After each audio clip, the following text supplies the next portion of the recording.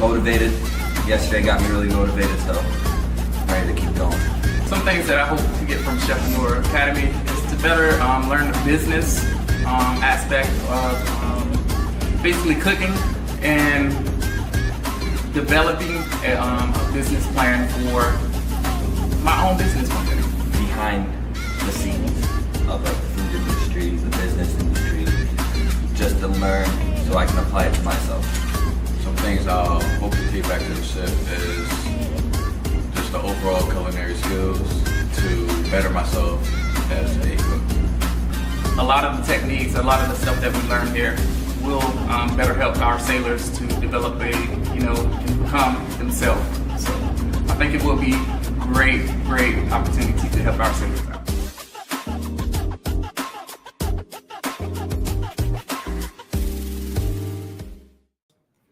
What up, everybody? It's me and your boy, Chef Hunter, for a AM episode of Chefpreneur Academy, Leadership in the Kitchen. Y'all go, we always building on leadership. That's one of our top priorities of leadership. But today, a little bit something different today. We have who I call an expert, because in my opinion, expert is somebody that does what they do the best in their field of service. We're gonna bring him on in a second. Great guy. This is our first international show, Chef. So let me introduce. I'm sorry, Chef Terry, also in the building. AM, how you doing this morning, Chef? Hey, everybody, doing great. Awesome. So this is our first international. We're officially international now, right? We're fancy now. So super excited for the conversation. Super excited for the call. Please, as always, get your pens, your papers, your pencil, your paper. Take notes. We're not saying we know everything, but we're going to bring you guys some great information. And without further ado, all the way from Spain, Mr. Cam Gordon. Peace. What's going on, Cam? How you feeling today, brother? What's up, guys? I'm doing great, and good morning to you and anybody tuning in on the East Coast. I'm pumped to be your first international guest. Yeah. Thanks for joining us. What time is it? First of all, tell us where you at and what time is it? Right now, so I live in Valencia, Spain. So I'm about 6 hours ahead. I think it's 4 p.m. in the afternoon. So good morning to you guys. Good afternoon for me. Yeah, right. For sure. So before we get started, we want to actually do a formal introduction. Tell everybody who you are, what kind of got you to your field. Just give us a crash course. Who is Cam Gordon, and why do you do what you do? Who is Cam Gordon? I got the short version, the long version. We got time. Talk to us. Yeah. I like your intro. You're talking about experts, but always improving and always focusing further forward. That's what I'm all about. So you can call ourselves experts, but I also know that we can always be learning more. So for me, it is meal prep. So I'm in the meal prep industry. I'm a sales and marketing strategist for meal prep brands. Awesome. And I guess how I got here goes back. Actually, this will be pretty cool to share with your audience because I think some of it will be relatable, because I started in the back of house, moved to front of house, had an opportunity to get out of hospitality. I took it, went into sales, started my own marketing agency, and then realized that meal prep was kind of the space that allowed me to, from where I started to where I am now, was this full circle evolution. So a little bit of a longer version is in when I was a kid, man. I was 13 years old. I started in my first kitchen, and I was the kid that was inspired to be a chef. Everyone around me knew it. My friends, my family. I was going to be a chef. And so for anyone that is listening that had that start, it is a crazy start. Young in a kitchen, you see things you shouldn't see. You hear things you shouldn't see. You grow up fast. And you can learn a lot of life lessons in the kitchen. As I did until I was 18. At the time I was 18, I was running that kitchen. And so, at that age, you're young and you are trying to step up when there's, a lot of egos and chefs that need to answer to you. And I was 18, but a lot happened in those 5 years. And from there, I went straight to chef school. That was my goal was, I'm going to be this chef, It was my chef dream. But when I got to chef school, that's when things changed, because I went from being creative and having this team to being kind of all alone, and being forced into chef school is very follow the recipe. You got to do it a certain way. Oh yeah. And something inside me, it just didn't sit right. I wasn't enjoying it. And so I did something crazy. I quit chef school. And I remember being so embarrassed. and thinking like, what will people think? This was my whole thing. Like when you're young until you're 18, you're just a kid, you know? And so I had trouble like telling people that I quit. It was like this bad thing on the outside, but on the inside it felt right. And so what I did from there is I went straight into the front of house, because the whole time that I was in the kitchen, it felt like there was this barrier between me and what's next, because you make the food, you put it up, and then it leaves, and you don't get to see what happens next. And so what I was missing out on was connection. On the other side, that front of house, I was really wanted to see how the food was connecting with the people on the other side. And so I went into front of house and just kind of fell for front of house, did every position there for plenty of years, and moved up till I was managing restaurants. I helped open some restaurants. I was part of a team that closed some restaurants. Like those are the reality behind that industry. And yeah, I'm sure some people can relate that how hard it is to do from the beginning and the end. But when I was just about done in the hospitality industry, I was leading a team of about 60 professionals in a high-end restaurant in Vancouver, Canada. And it was high stress, so high. You know, those long shifts, endless week after week. When you're in fine dining, the systems are super tight. The expectation is so high. That bar is set, can't let it down. And that is brings a lot of pressure. And so I had this opportunity. If you've been in hospitality, sometimes those opportunities come and you're like, should I get out? Like, should I do something else? Like it happens, right? And so the opportunity for me was a sales position. And so I was done I built 17 years in kitchens and front of house. And so I took that opportunity and went into a sales career for wine. And actually that's where I failed and learned the most lessons, because in a kitchen, you got a team. When you're selling wine, you're just a solo guy. I didn't know what I was doing. And for a full year, I got rejection after rejection. I got no after no. I was beat down. I was, kind of depressed. Like, am I cut out for this? I can't do this. Like sales is a beast on its own. Yeah. Probably blaming that I didn't have someone to lead me, like going from with the team to all by yourself. And so I was kind of playing victim until there was one day that changed everything for me in my sales career. And now I teach this to meal prep founders. It's part of my main systems. I was in a wine sales meeting with a global restaurateur, Vikram Vij, sitting across from this man who was like an idol to me. And I had prepared my pitch. I was failing for a full year. I prepared this pitch. I was going to tell them all the wines, all the prices, and just really do business with Vikram Vij. I got in that meeting and I was pitching for 10 minutes straight, and he was emotionless. I was just talking at him, not realizing that, I wasn't connecting at all. I was just like yelling at him wines and prices. And at one moment he stopped me 10 minutes in and he just said, "Cameron, tell me about yourself." And I wasn't ready for that, but I pretty much told him what I just told you guys about my past. He knew what it was like. He knew the restaurants that I was managing. We had friends in common in the industry. And we just connected for the next 10 minutes, drinking wine, not talking about wine, not talking about price, not talking about anything, just connecting. And then he interrupted me again. Time was tight. And he said, "Cameron, I want to do business with you." And that was it. We were done.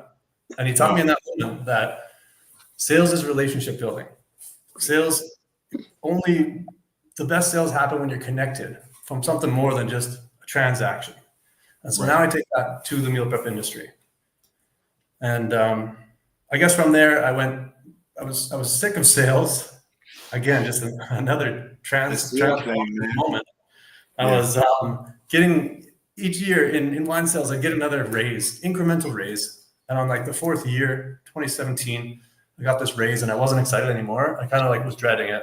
Like, well, what am I going to do next year, the year after, 5 years from now? This could be a pretty easy life. Yeah. And I realized, no, there's got to be more. And so I didn't know what it was at the time, but I did something crazy. I sold everything I owned, moved to the south of Spain, and started a social media management agency. Wow. And so that just flipped everything. I lived this courage over comfort lifestyle where it's just like, if you want something different in your life, you don't have to do things better. You got to do things different.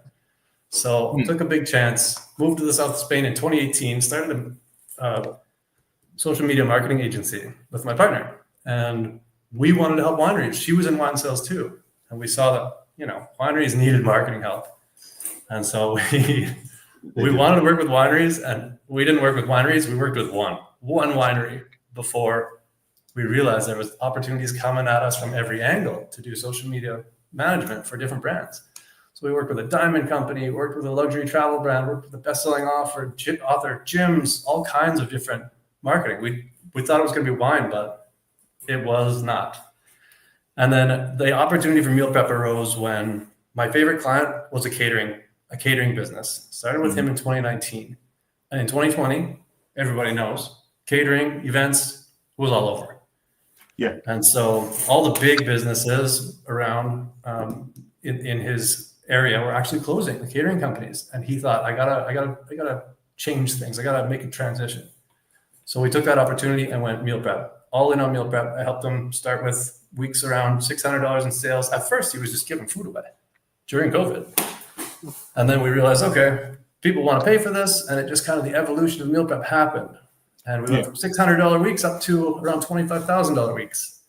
Damn. And that's when I realized, hey, I don't need to work with all these other brands in different industries. I want to help chefs with their chef dream, because he was my favorite client. Ambitious, forward focused, really into this meal prep growing industry and what it would be like. Yeah.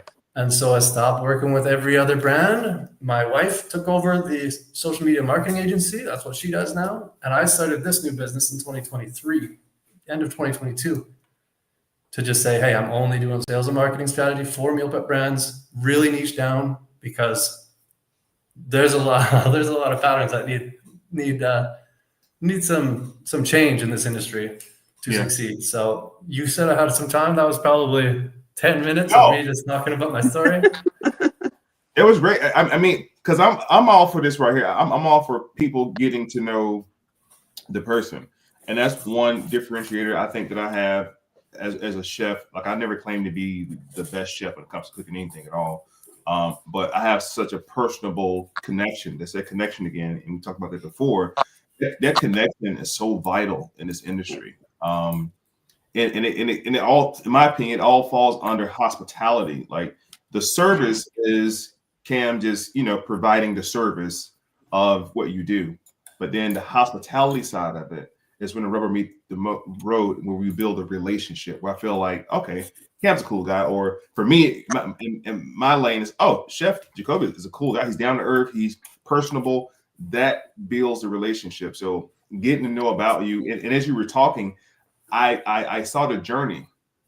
Even when you was in sales, you never thought, years later you'd be doing what you're doing now. But the fact you were in sales, the fact you was front of house, the fact you was a chef, you had a chance to see the journey. And I'm pretty sure everything you did, you're now applying to your business right now. And that's one thing that everybody has to know. Like, your journey is preparing you for the end goal. It may not seem like it, because I tell people all the time, when my first official restaurant job, I was washing dishes as a chef. And I freaking hated it. Like, why am I washing dishes? Like, I got the culinary degree, I've been on Food Network, like, I got all this stuff going on. And the guy hired me and said, wash dishes. Like, wash dishes? What the hell? And this went on for like 2 months. And I was like, I losing my mind. Then the next day he said, I need you to come in next couple mornings to put away the truck. I'm like, I'm ready to fucking cook. Like, come on, I'm ready to cook. I put away the truck for 2 weeks and I am livid at this point. And what he was showing me was, by washing the dishes, where everything in the kitchen goes now. Where everything is at now. By putting away the truck, where all the ingredients are now. So long story short, he was showing me, the journey, and I didn't appreciate the journey. So to your point, to your story, I appreciate the journey, man, of that story. And it gives us a little bit more context to who Cam is, the person, versus just the business. So great. Every position in the kitchen, it makes you really humble to realize, oh yeah, it's all needed. Like, no one's starting a dish with a dirty plate, Jacoby. These all have to be washed, right? It'll humble you. Yeah, it'll humble you real quick. So that's kind of your journey into the industry. You gave us your background, and you gave us specifically how you end up working with meal prep founders. So that was a great story. The next question I have for you is the meal prep identity shift, because a lot of things happen along the way since 2013 up into 2025. How hard or how easy was it for you to, I guess, shift with the ebbs and flows of the industry changing? Because I can remember at one point in time in 2010 or 20, like meal prep was something that I don't know that people who had money did or athletes did. Like meal prep wasn't this broad thing that everybody, this cool thing everybody's doing now. How did you kind of manage the ebbs and flows of the changes of the industry? Cool. I like that setup. You're right. Back, maybe even just we'll go with 7 years ago, pre-COVID. If you told someone I'm in meal prep, one out of 10 or 12 people would have any idea what you're talking about. It was unknown of. It was like this meal prep. It's kind of confusing term. And fast forward to now, when you say meal prep, there's been like a mass understanding, a mass education. People have experienced it. People are near it. It's a growing industry. And so as it started to grow, that education phase opened up these opportunities for more brands to not have to teach everyone what meal prep is. So now there's this like onboarding of people that they know what it is. And the next step is them to lean in to say, yeah, I think this could be the right fit. And then from there, they try it once, they maybe try it twice, they try different companies, they move around. But that COVID was huge for meal prep and the health and wellness industry. There was this kind of mass acceptance of, hey, I got to do better for myself. Health is wealth. And the movement in supplements and, health and wellness, every kind of avenue of that has seen tremendous growth. And that's basically what meal prep offers is health and wealth and relationships. It's there to help people enjoy this better future. Yeah. It's way more a lifestyle than it is just food, right? Absolutely. And convenience. That's what I would always advertise, is why drive through when you can drive home to a healthy meal prepared and customized just for you. Why drive home? What's funny about that? Every time that I'm on my way home and I see people in drive-thru, like, people are still going to drive-thrus. What the hell? But it's the convenience. It's the convenience of QSRs, man. They're like, hey, I just got off work. I don't have time to cook for the kids tonight. And when you see that happening day over day, week over week, you have to imagine 3 or 4 times a week, how much are they paying to eat out? And those meals at the drive-thrus, from my opinion, they're temporarily satisfaction. Like you 5 o'clock you ate from the drive-thru, 8:30, 9 o'clock you're looking at the refrigerator again, like, damn, I'm still hungry, So when I see that, I'm like, okay, so there's an opportunity that people do not have time to cook. That's one opportunity. The second opportunity is people want to lead a healthier lifestyle. I don't think people know enough about the food prep industry or the food prep service itself. I think people think it's just affordable to, like I said before, athletes, people with money. I think when you mention meal prep service, the first impression they get is it's expensive or it costs a lot. So Cam, my question to you is, how do you prepare a chef to, one, make the money in the industry? Because, qualify the question. If I'm an executive chef, I know I'm gonna make between $75,000 to $100,000 a year. Like that's my salary as an executive chef working for somebody. As a chef in the food prep industry, how do you kind of coach the individuals, how do you coach them to let them know like there's money in this industry? What's your formula to get them to know that it's money, to see the money in the industry? Because sometimes you can't see it. Like I got a meal prep. Like how do I make money off meal prepping? So what's your conversation with chefs to say, hey, there's a lot of money in this industry? Cool. So just back to what we touched on is that it's a growing industry. There's a huge opportunity in how many people are migrating to try for the first time.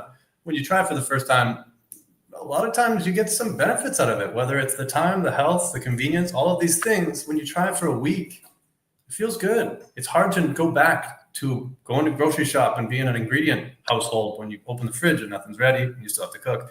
All of those things are kind of like those pain points that people deal with every single day. And so sharing with chefs that want to get into it or that are curious, hey, is this growing? Well, yeah, when you look at stats, actually it's hard to tell stats. So take these stats for what they're worth to you, because there's a lot of meal prep brands that are flying under the radar. You don't know much about them. So the stats are hard to share, but there's a growth in meal prep around 19% per year right now of people trying meal prep for the first time. And from the people that are trying meal prep, there's a lot of them that are staying in and just moving around to different meal prep brands. And so I call it the Goldilocks theory. When you're looking for a meal prep brand for you, not every meal prep is for you. And if you're starting a meal prep brand, you're not for everyone. That's the biggest problem that I think a lot of meal prep brands start out with. Like, hey, we just want to make food for everyone. Well, that is setting yourself up to just have like a really shallow offer for anyone. And again, like you mentioned, the connection part, there's no connection if you're just like, hey, we're food for everyone. And so getting that narrowed in, exactly who you're for, exactly what you do, that's a perfect match. Like this is the fuel for a meal prep brand. If you just start making what you want and hope people like it, you're kind of doing it backwards. If you ask what people like and build that for them, then you've already got interest, you've already got people kind of committed. That's the best starting point, in my opinion. And then another thing that goes wrong from the start is, hey man, you want to start a meal prep business? Solo meal prep business is super limiting. You can't do it all alone. Like if you're coming from a team in a restaurant, think about all of these positions that make that food get to the guest and them enjoy it. If you have to do that yourself, it's almost like you have to almost be like the server in your business too. Make the food and be the server, because you're delivering it. You're connecting with people on social media. Like you have to be every position of a restaurant when you run a meal prep. And so just preparing for that and knowing, hey, this is not going to be something that is feasible alone to get to that $100,000 a year, especially with the margins being thin. Like your actual takeaway, if you try and do it one person, you get handcuffed at a certain amount of meals. Right. And the opposite of that is if you don't focus on the marketing and sales, you don't have demand to grow it at all. So you're stuck in this, like, I'm only me. I don't have enough people asking for more, so I can't hire people. It's a really tough to get into if you're going in with the solo team. So I always recommend making sure there's a lot of pieces. You have all the pieces, the space, you have the systems, you have the team, you have the marketing, you have the brand, you have the sales, you have different cycles, you're connected with your community. There's a lot that you can do before you start a meal prep brand to ensure success from the start. That's why I have a Chef Terry on my team. Everybody should have nice one. Chef, give us some quick insight, because you actually ran your own meal prep service or your own meal prep service business. Give us some quick insight on the beginning, when it got going, and some of the obstacles you faced in your business. Okay, back up. The beginning. As Bill Cosby would say, it all started when I was a child. No, in the beginning, it was a thought. Like I said, I was successfully running my business as a private chef. Then after attending culinary school, hooked up with 3 other young ladies, and they came up. One of the ladies came up with the idea that we should partner because of our different areas or our different niches in the industry. My background, because I was a career changer prior to becoming a chef, I was in the medical field. Oh, wow. So I had a lot of connects in the medical field. I was a secretary for the associate professor of medicine at Emory. And so I had connects. So I'm like, okay, so my thought process, I'm going to use my connects in this meal prep for the medical professionals. I want to go to the hospitals and the professional buildings and provide meals. Let's practice or look at like Friday so they can have meals for their family and be able to take them home. And we're going to deliver them or have them delivered. So that was my area. I was like, okay, so that's my arena. The other girls like that were working with me, Jess, vegan, she had her own group. Each one of us had to come up with our circle because we need people to buy the food. You got to have people. You can't just say, oh, this is great, we're cooking food. Who's going to eat it? Who's going to purchase it? Same thing. Yeah, you got to have an audience already. So yeah. So that was the initial, is sitting down. We had our planning meeting, sitting down. Who was our market? What we were going to prepare. We sent our menus out. Menus would go out and your order would have to be in by Wednesday. We had one delivery day because we started with Uber Eats, because Uber Eats would do your first 30 days free for new businesses. So we were like, we're going to start with Uber Eats. Yes. I don't know if they still do it. But yeah, so we started out, and it was very difficult. It was very difficult. Just organizing time, organizing space, because now we need commercial kitchen space. When we graduated, the school kitchen was available up until a certain point. But then after that, we were doing so well that we couldn't monopolize the kitchen space. So we had to actually invest in shared kitchen space, which is something we hadn't anticipated. Along with that, you got to get your Department of Agriculture licensing. It's just a lot. It was a lot of steps involved that we had to learn along the way. Right. But after we got it, I want to say we were successful. We did really well. Like I said, it just became more of a, I want to say, again, because I love movies, The Incredibles. The guy says, if everybody's a super, then no one's a super. Ooh, So that's okay. what happened, is that everybody wanted to be the best. I'm the best. And it couldn't be that way. So it did not work for us, but we were doing very well. We were making good money, and we're planning to actually get our own event space or kitchen space eventually. But we just never got there. So that's perfect. It's going to lead me into my next question for Cam. With the meal prep flywheel model, can you break down the flywheel system and how it helps founders to create consistent sales? But not just, I want you to explain the sales part of it, but why is it a good model for meal prep services or chefs to adopt this model? Cool. Terry, I love that you shared you shared like 6 or 7 of the main struggles, but I know there's another 20 of them that you were going through with that team because there's so many hats to wear in this industry that I talk to hundreds of meal prep owners, and so often they think that they're just in isolation doing it their way, and they think everyone has it figured out. But from talking to all the meal prep founders around the world, I can tell you they don't have it figured out. You're pioneering this new industry. You got to stay nimble and flexible, and those who can keep their head up and try and innovate and lead this industry, they're taking the big risks and getting some rewards sometimes. But for meal prep owners out here that think that everyone else has it figured out, that's not happening. That is really not it. If a meal prep brand has it all figured out, then they're leaving a lot on the table as well. You know how it is in business. You got to be taking the risks or miss the chance. So my meal prep flywheel, I guess the reason that, my background that I just shared is why I built a meal prep flywheel. In sales, I realized that sales is relationship building. And when you have a meal prep brand, you are asking a lot of people. Like if someone's just choosing a meal for tonight, they're choosing sushi or pizza for tonight, that is a different way of choosing than people choose meal prep. In meal prep, you're asking someone to commit to 10, 15, sometimes 21 meals a week. And so think of it in a restaurant. If a regular comes back once a week, they're a great regular. But in meal prep, you're asking them to come back 21 times a week, 3 meals a day. And so if you are just showing off your meals and hoping that they love your meals so much that they come back 21 times a week, you're missing the deeper reason why people commit to meal prep long term.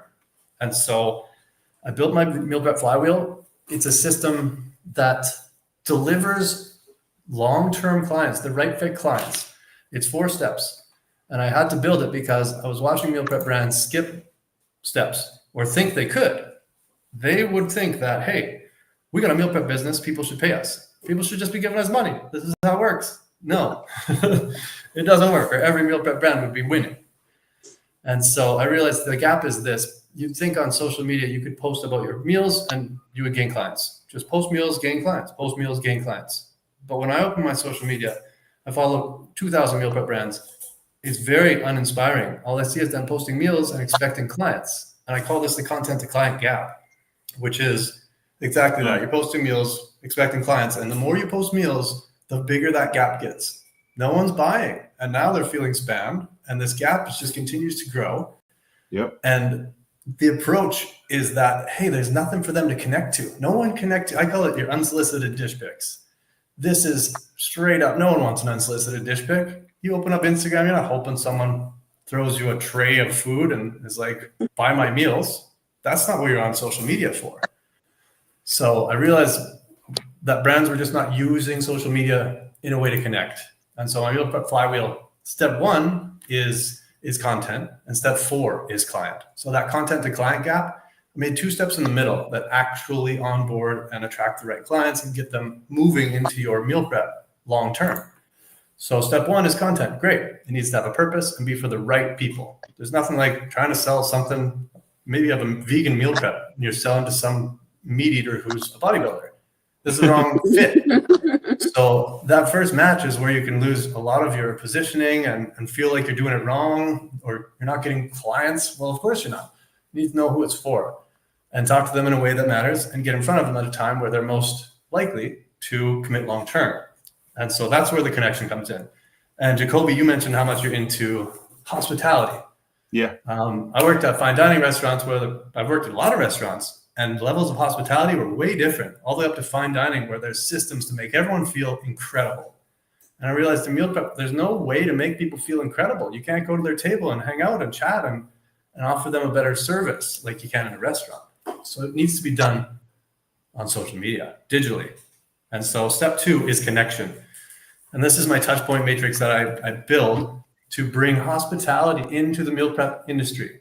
Different ways that you can connect, different ways that you can share vulnerably so people can align on what you're doing. That's step 2 that most meal prep brands miss because they're just focused on product and people aren't hanging out long term for your chicken and rice. Your unsolicited dish picks don't connect. But touch points, just like you would at a restaurant, touching tables, getting in front of people at the valet, at the host stand, over in the desserts section, like all of these areas are not available online. You have to build them. So I built those and move from there into step 3, which is missing is qualification. So this is, getting the right people who's ready to lean in, not just trying to pitch food at everyone because you need to eat. Like, well, no, because then you're competing with everyone. If you focus on chicken and rice and say you need to eat, buy these meals, well, people can go to any restaurant, any grocery store, and you're fighting against every ingredient on the planet, chicken and rice. It's so simple. But when they feel understood and you share with them, hey, your life is busy. This is what we know about you. Like, does it make sense to continue with that? Or is there a way that we could help you out? And you start talking, humanizing your brand and helping people see their life long-term with you in it, not just having an impulse buy, like I'm going to have pizza or hit a drive-through. That's so impulse. That's for no future. You're just hungry. That's not how people choose meal prep. They choose it when they're ready to make a change in their life. And you need to talk to them and connect with them and qualify them to understand if that change is your brand or not.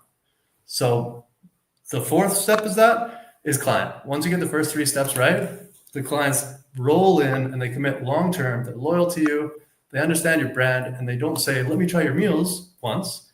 They say, all right, I'm ready. 3 months ahead, I'm already thinking of how I'm going to use this as a tool in my life. I got big goals and you're going to help me. And that's what the meal prep model is all about, is 21 meals a week, man. You need regulars, different than a restaurant. It's a lot of commitment and no one commits to just food. It's a bigger, deeper connection. Wow. That makes more sense. As you were saying that connection, I've been hearing this connection thing even before we even spoke. Let me back up. Even before we even spoke, I would frequently go out to restaurants, and I just noticed that the hospitality wasn't there, the connection wasn't there. And I'm a general manager for a hospitality company at a Hartsville Airport, and we have these kiosks out front. So it's like the kiosk, then the counter, and then we're behind the counter. And it's like it's a buffer zone between the customer and the person. And I was at Walmart, like the self checkout, like the industry itself is separating customers from that. That personal part is being separated. So when you definitely talk about the connection part, man, that's so important. And one of the things that I thought, I stayed away from meal prep, just be transparent. As a personal chef or a private chef, I took pride in knowing that I can be in somebody's home. Like I can come in your house and turn your house into a restaurant. And I've done it over the years to where I literally became a household name. First of all, I'm in the house physically. But I'm always conscious of just treating their home like it's my home and leaving it better than when I found it and adding that element to it. So when I entertained the idea of meal prep years ago, I'm like, nah, man, because I want to make sure the food is hot. I'll put it on the plate. I want to make sure I can, I can touch the food. And for some reason in my mind, like meal prep is like, I was afraid of the integrity of my food. If you ordered from me and you got it Monday, maybe you eat it to Tuesday. Would the quality go down? Would the taste go down? Like, dang, I should have made it fresh for you right in front of you. It would have been better. So I've always struggled with that part of meal prep because I want it to be right there and make it fresh for the customer versus heat it up. A lot of people don't like leftovers. I know people who don't do leftovers. They throw it away. And in my mind, meal prep was like leftovers. In my mind, it's a leftover thing, So I told myself if I ever got into meal prep, I wanted to have as much as control over the ingredient as possible. I wanted to damn near ensure that if this goes up the back door to somebody's house on Monday and they retherm it or reheat it on Tuesday, that it tastes the exact same as if we made it on Monday.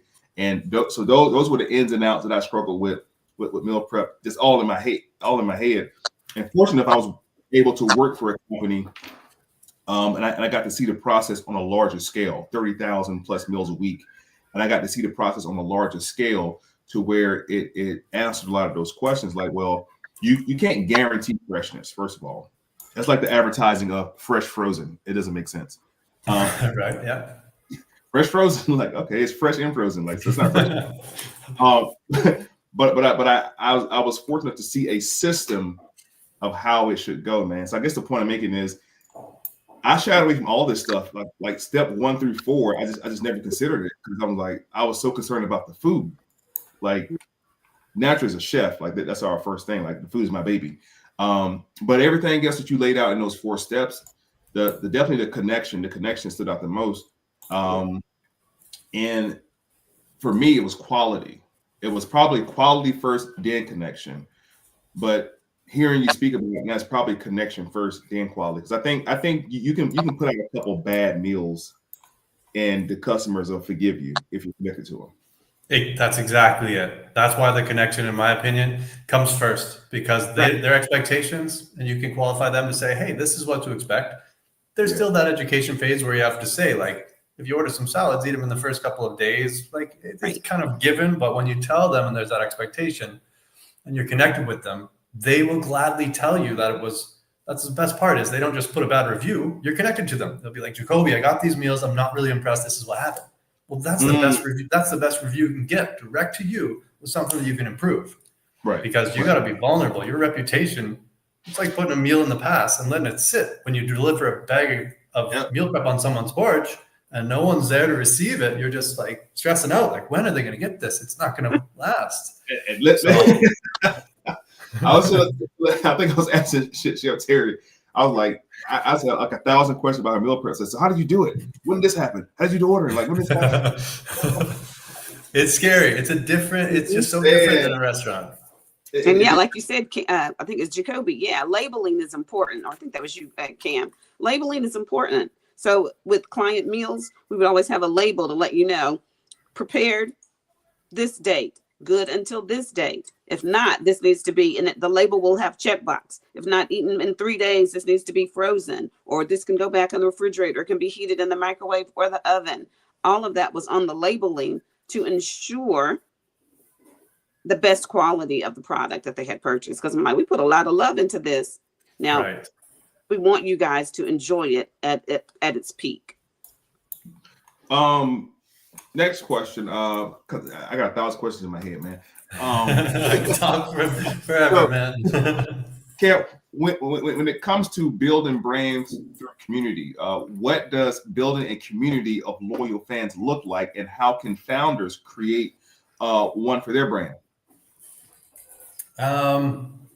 So community for me it's gigantic. Like, when you're making a meal prep brand, you might think that there's only room for a couple of them, but that's what people thought with restaurants too. But you look at a city and how many restaurants there are, a big city has thousands of restaurants. So if you look at a big city right now, you're anywhere between 15 to 40 meal prep brands out there that serve that area. Yeah. I see it as community over competition, because you are one of one. What you are doing is not going to bother the person next to you. And like I mentioned, the Goldilocks theory is what's right for my clientele perfectly is not right for your clientele perfectly. Like people have a very different, when they choose and commit to meal prep, it's like, it's got to be perfect for them. And so community is, hey, I would chat with every single meal prep brand in the community, let them know who we are, what we are, how we're different. It's all about just helping each other, because there's room for a lot more meal prep brands out here if they choose to come in and be more of a community driven in this industry than competition. Competition usually ends up in driving price or getting louder, and people aren't choosing long term on who's the loudest or who has the photos in your face every day. No, they're choosing on who is connected. Right. So where it comes down is the brand. For me, for a community of loyal fans, you got to be a brand. Like Jacoby, you probably have people in your circles that they say, hey, you're the best chef on the planet, right? It's not because that dish you made is better than every other dish on the planet. No, it's because of you. Right. There's a connection to you. And when your community feels you, then they're in for your food. They will tell you when it's good or bad. They are part of the community. And you don't want your clientele to let's say, if I'm going to make an example. Okay, Jacoby Meals. If your clientele says, I buy from Jacoby Meals, there's kind of a disconnect there. You want your people to say, I am Jacoby Meals. This is the difference from a product and no connection, where people will jump ship whenever they have a feeling to try something else, versus I am Jacoby Meals. They will step up for you. They're all about your brand. They're all about your values. They see your vision. They're on board with this thing that you're doing, and they want to help as well. Like when you get that behind you, that's your community. You can lean into that. And when you do, people feel like part of what you're doing. That's when these loyal fans will be out there, just talking about your brand. Like, I am this. Their life is changing. People are seeing it. They wouldn't jump ship if something was $1 cheaper next door. No, they would try and tell those people, you guys are missing out. I'm Jacoby Meals. Come over here. Thanks. I like that. Jacoby Meals. Look. He lost him after Jacoby Meals. I love it. I like that. So as we three are on here right now, leading to the next question, strategic partnership. This is something that I learned this maybe like I don't know, 6 years ago, and I put it into practice as I've been into the Atlanta area, is partnering with the right people. But as I said, strategic partnership. Not only what can I benefit or gain from this individual, how can we benefit each other? And I've done a lot. I've done a lot, and I realized that you can move fast by yourself, but you can go farther with a team. Like you can go really fast by yourself because nobody, That's true. But you can go a lot farther with a team. That's something that I am really big on, is strategic partnerships. That's the reason that I'm partnering with Chef T as well, and not being so married to my own ideas about things, but even hearing their ideas and their expertise and hearing what they have to add to it. So what is the right way for a food business founder to build partnerships with local businesses, and how important is that? I love this avenue, because this is where meal prep brands often build in isolation, and there's a lot of friction and a lot of walls. They're doing it alone. They're not asking for help. They're not being vulnerable. They're thinking bullheaded, I got this. I'm going to do it all the way. I'm going to do it. They're living off of intuition and just trial and error. And when you look around at all the businesses around you, this comes back to community over competition again, is that every business within, let's say, 5 miles from your business, and every business anywhere, has 2 streams. One is their clientele. So certain, maybe 100 people is they're actually paying clientele. And number 2, nowadays, they have an audience on social media that sees them.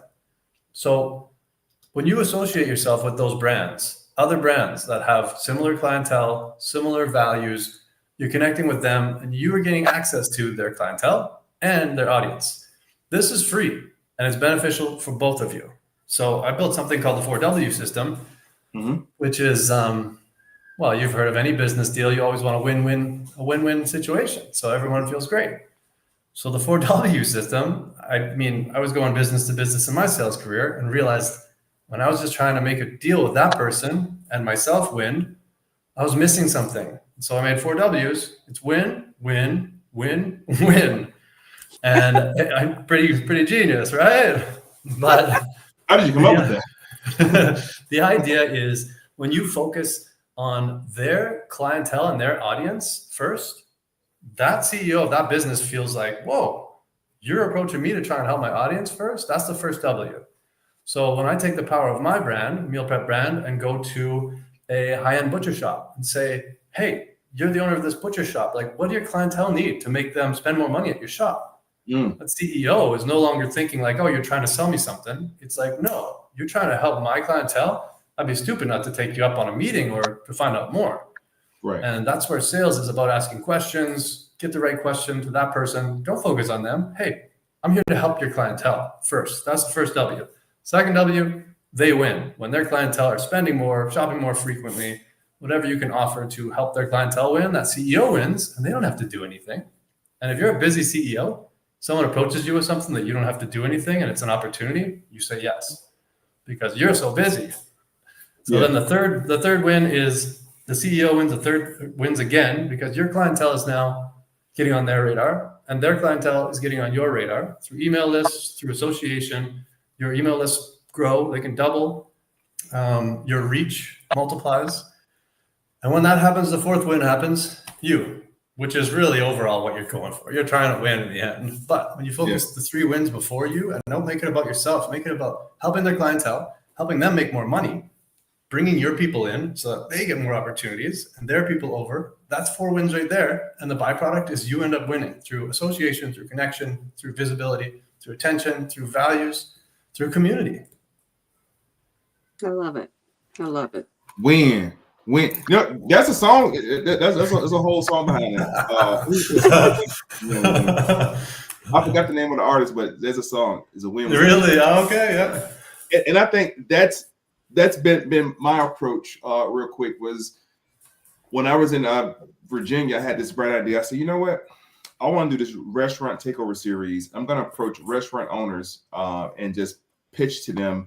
Let me take over your entire establishment. Give me the key to your establishment every Sunday, whatever day it was closed. Mostly it was like Sundays or Saturdays. They would be closed in the evening. And I said, what should be my approach to this? And my approach was going in and I presented a resolution like, hey, I know you guys are closed on Sundays typically. Well, this is who I am. I would like an opportunity to put your business on the forefront. I forgot how I did it, but I made it seem as if though I was there to help them bring in more customers. You know, I'm only here for one day, but the fact that your foot traffic is so slow, maybe on Monday and Tuesday I'll come back because it's a great establishment. And I'm going to do my food, but I'm going to promote your entity alongside mine. And once they saw the following, the brand, who I was, I just did like Food Network at the time. It's like, yeah, for sure. But my approach was, let me help you guys bring more business in here. Not let me just take over and show my talent. Let me help you guys out.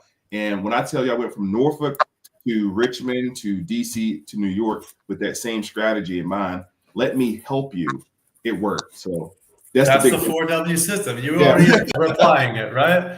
Yep. It's a different approach to business. If you go in asking for something, you often get a wall up and shut down.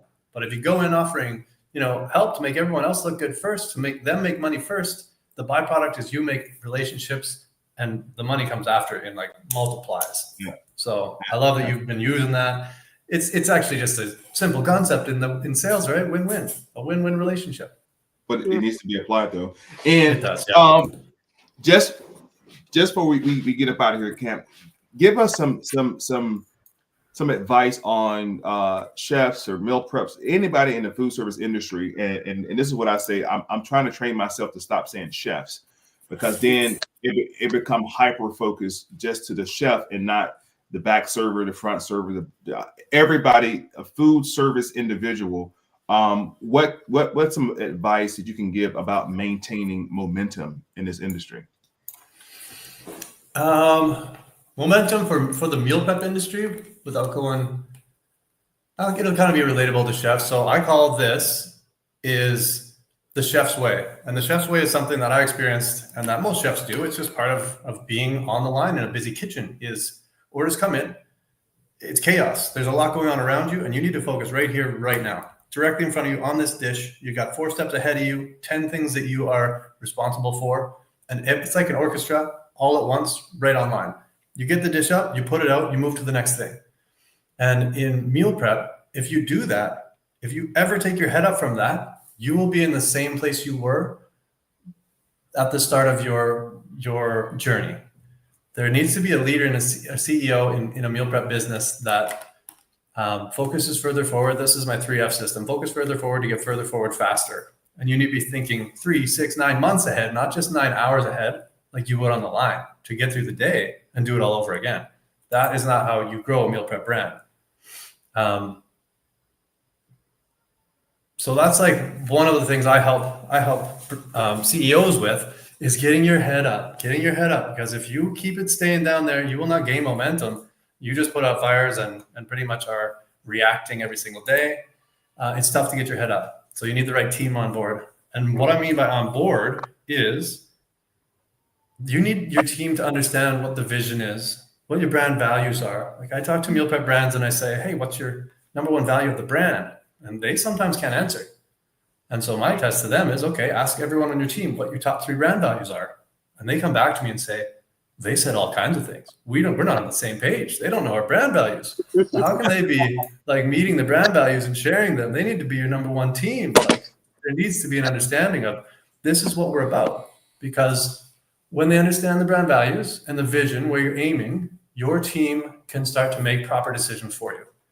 And in meal prep, a lot of people, the CEO ends up making all the decisions. Everyone on the team comes back to them and you hit a plateau or you hit a wall where everything has to come by you. But when you give your team responsibilities, I learned this in high-end fine dining restaurant management.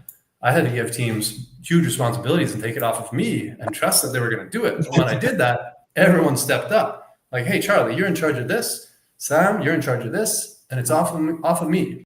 And when they knew the vision, they knew the values, I could trust that they were making the right decisions. And it doesn't all fall back on the one person. So for momentum, you need to install your vision. You need to install your values with everyone on your team so that you know that when a decision comes up, they can stop and go, hey, does it align with our values? Is it making us get closer to that vision? It's an easy decision, yes or no. They make that decision. Day goes on. The week after, you find out the decisions they've been making, and they are moving your business forward while you're doing all the heavy things that you have to do. So it comes back to team and onboarding your team so everyone knows, hey, this is what we're here for. And if they don't like it, they're not right for your team. Right. When they do like it and they can eat, sleep, and breathe it, and they take it from work, outside of work with them without too much weight, those are the people that are going to help you grow and keep you in momentum.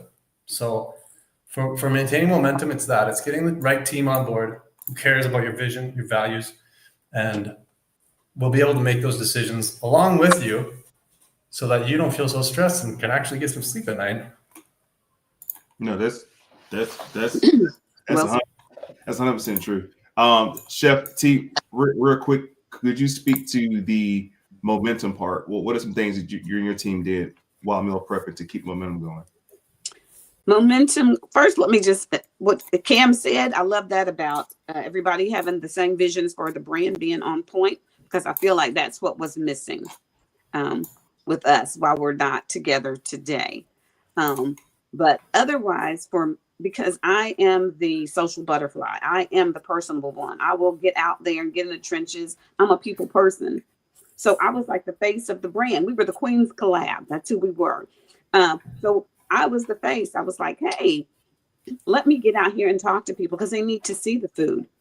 They need to smell the food. And social media only lets them look at a plate. They need to be able to associate that meal with an individual or with individuals. So we need to be out there so that people see us and they have that connection with us. Oh, wow. 3 women, a woman-owned business, and they're doing their thing. Yes, y'all. When have you ever eaten at the Queen's table? Come on. Come on. Yes, You that's know, what people want. That connection right there. so that was it. That was my vision, to just stay connected with people, and just they would feed off of my energy, and we fed off of each other's energy, and then we fed that to our client base, and it worked. It worked. So it's really, really important to have that connection and to stay connected. Like one of our clients, I remember, was expecting a baby. Okay, so they're just not a client to us. You're part of the family. You're part of the Queen's Court. So can we do some extra meals since mom's going out to have the baby? How can we change up your menu? Or when you're a pregnant mama, your mood, your what you want is different. Yeah. So how can we customize that to you?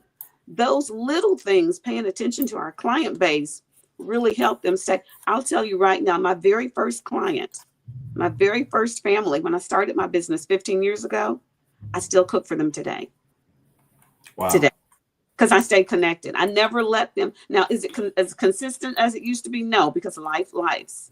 But they are family. I follow up with them. I know their anniversary. I know when their children graduate. I have little cards that I keep, little Microsoft Excel sheets. I'm a little, hey, so-and-so's graduating. Do a little note. The same thing you do for your regular family, like I used to put in my kids' lunch boxes. Have a great day at school. Put that little note in with their meal. Let them know that they're important to you. And because they're not just a client, they stay connected. Wow. I love that. A lot of what you just shared there. You're right. It's all connection. And when I talk to meal prep brand owners, they have connection like that with some of their clients. I ask them, well, who are your favorite clients? And they have 5 at the top of their head. And I ask them, what do you know about them? Oh, I know their dog is this. I know that they do this for a living. They're connected. Same thing, you know? Doing that for more people is really how you get them long-term, those commitments that you just mentioned, 15 years. Like they're not just with you because they're hungry and want a meal from you. You've gone up over and above and made them feel seen, heard, and understood. Yeah, wow. Well, listen, guys, this has been a great episode, Cam. Thank you so much for definitely joining us. What I would like for the audience to understand, tell them who you are, where they can find you, how they can connect with you if they have any questions. For those who will watch this later on this evening, how can they reach you? Cool. Thank you for having me. This was a great chat. I'm inspired by both of your guys' journey, and I've just only learned a little bit about you, Chef Terry. I'm sure there's more that we can connect on. But I appreciate the questions and preparing for a meeting like this.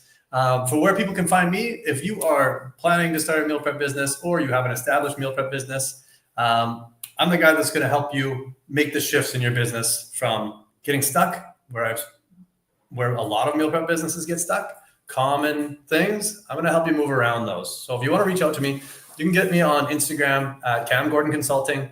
Everything over there is meal prep. I'm the most obsessed guy in the industry.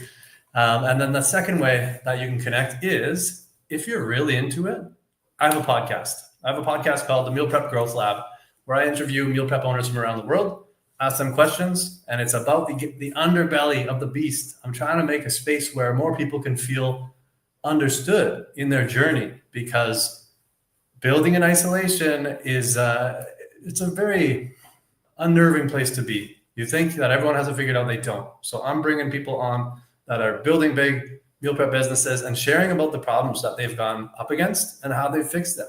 So if that might be of use for you, check it out. The Meal Prep Growth Lab, available on Spotify and Apple Podcasts. And it's young, it's new. I've got about 6 episodes recorded.